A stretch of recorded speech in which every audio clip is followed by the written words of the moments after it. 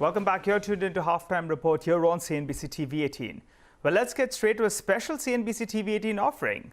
My colleague Sonal Bhutra tells us which sector has weathered the COVID storm in the recent days. Sonal. While COVID has impacted consumption in most of the sectors, there are some who have actually benefited in this crisis. Pharma and agrochemicals have really weathered the COVID storm because of their properties of being essential services.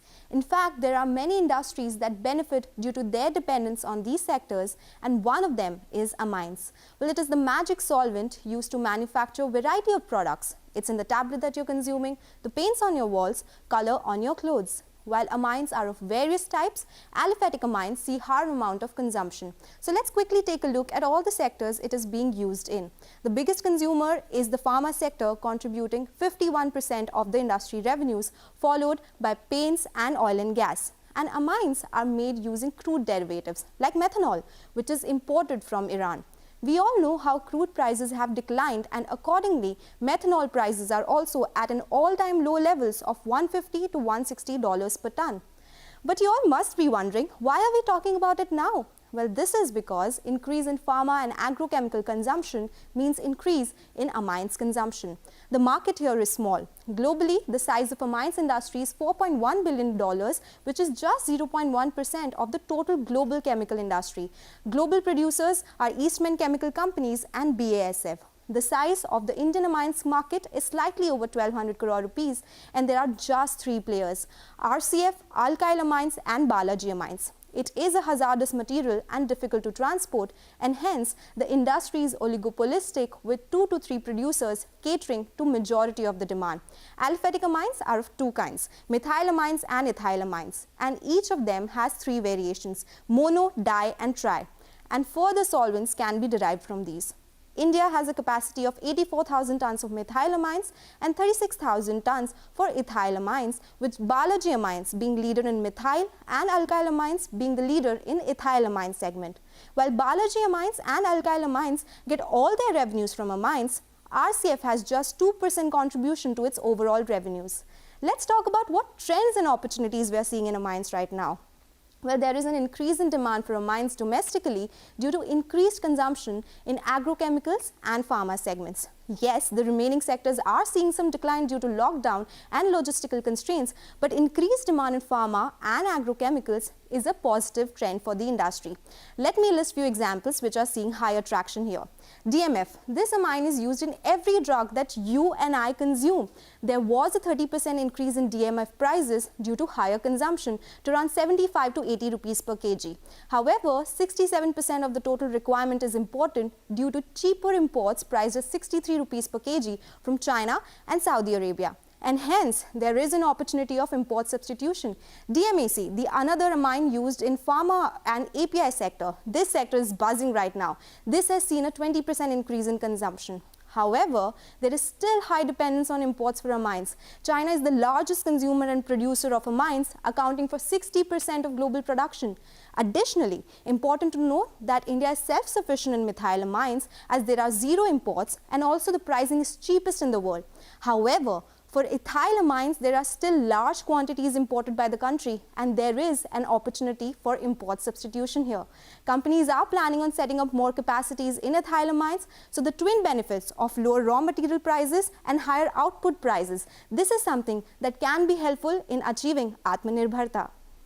Okay, all right. Thanks so much for that. Sonal, well, splendid work being done on that. But for the time being, let's focus back on the markets. And Tata Steel is a stock you should be looking at. I'll tell you why. Because, we have Nupur who's listening in to the con call. And there's a couple of positives that are coming out there. One, Tata Steel is saying that they have no inventory problems right now. And the demand-supply dynamics are playing out perfectly in the domestic market. So I'll read that positively. They've also gone ahead and said the obvious, that steel prices are higher by close to around 3,000 rupees on a per ton basis, 2,500 to around 3,000 rupees, and bulk of that has come in the last 2 months itself. So the EBITDA number will be even better. So we'll keep getting you the live updates out there. They're still sounding very, very sketchy in terms of what's happening in Europe, but the domestic business is reviving, and I think that's a positive. They're also talking about industry on the whole reviving. So that's a positive, and that explains why the stock is now up close to around 5%.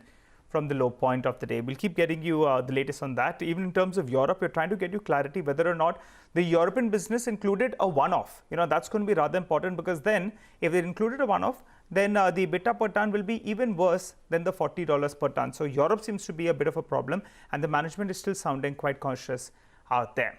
Well, let's move on then. On to a CNBC-TV18 exclusive. Rail, road and port tariff. Traffic, in fact, is seen at around 85 to 90% of pre-COVID levels. That's in the month of July. Anu Sharma gets us all those details. Anu? Right. So we checked the situation of freight traffic since the month of April 2020, and we reached out to ICRA and CRISIL. Now, ICRA has said that e-way bill generation has revived to 85% of pre-COVID levels in July.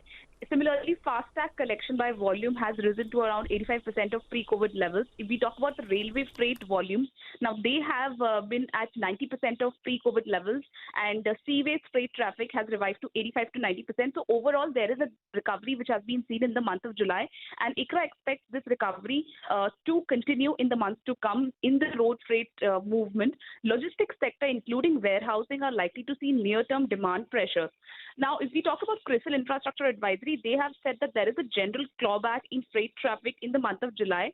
For FY21, the freight traffic contraction can be seen in the range of 12 to 14% in the ground transport segment, because rail port freight traffic has already contracted by 18% during the first quarter, and there is also an anticipation of 25 to 30% contraction in road freight traffic. Overall, individual lockdown by states, availability of labor, lack of return cargoes, these can be deterrents in the growth, but a general recovery is expected in all the segments in the months to come. For now, back to you. Okay, all right. Thanks so much for that, Anu. Well, let's hop across to Manglam. He's standing by to tell us what's buzzing the unlock trade. Manglam. Absolutely. It is the unlock theme which is buzzing right now, because what has taken place is over the weekend, there were increasingly decreasing fears of coronavirus world over. And now the street is hoping to catch on to the unlock rally. And the biggest trigger for that was the government announcing international travel, limited international travel for all kinds of visa holders. And as a result of which the street caught on to the theme of unlock, and which is why we're seeing big moves in a lot of these stocks all through this week. So we start with the aviation pack itself, both Interglobe and SpiceJet gaining anywhere between 10 to 24%, the bigger gainer being Interglobe Aviation out here. But when you look at this column, it is also important to look at this column. These stocks have corrected around 40 to 70% from their all-time highs. Not just international or domestic travel, people are also playing the unlock theme via cinemas, theaters. So we have both PVR as well as Inox up for you on the screen. We have both these stocks gaining almost 11%. These stocks too have halved from the top. The other theme that is playing out is shopping. If you're not watching movies, if you're not traveling outside, are you going to stores or not? Shoppers Stop up almost 10% this week after having corrected 60% from the top. And finally, in case you are traveling, or even if you're traveling indoors, need a break, then the hotel stock, Indian Hotels, 25% higher this week, Lemon Tree 36%, and EIH as well. Remember, yesterday they reported numbers, weak numbers, but the stock's still higher by almost 13-14% this week itself. These stocks had taken it on the chin. All of them had nearly halved from the top despite this move that we've seen. So this is the unlock theme that is playing out. What is the big risk? The biggest risk, of course, is tighter than expected unlock norms. So that is something we will keep an eye out on. What if these things aren't allowed to open? The second one, local lockdowns, sporadic local lockdowns would impact the businesses that we're talking about. And apart from that, the biggest risk is everyone is expecting the consumer demand to come back. What if that consumer demand itself doesn't come back? So slower than anticipated recovery is another risk. And company-specific risk is what if the lockdown itself has caused an irreparable damage to their balance sheets, so that coming up even in unlock would be difficult for them. That is a company-specific risk. So the street is playing the unlock theme, but one needs to be mindful of these risks as well.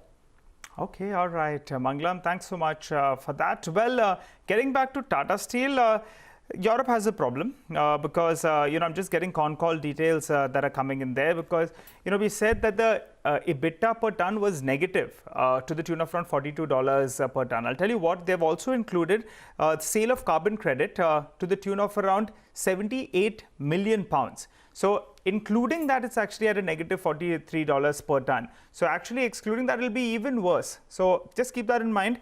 The broad sum and substance that we're getting from the con call is Europe is struggling. Europe has fared far worse Indian markets have recovered though, and that's a positive. So, just keep that in mind. In fact, let's just slip into a short break. You come back, we'll try to get you more on this call, and maybe in fact we'll try to pull in analysts as well once he gets done with the con call. Stay with us.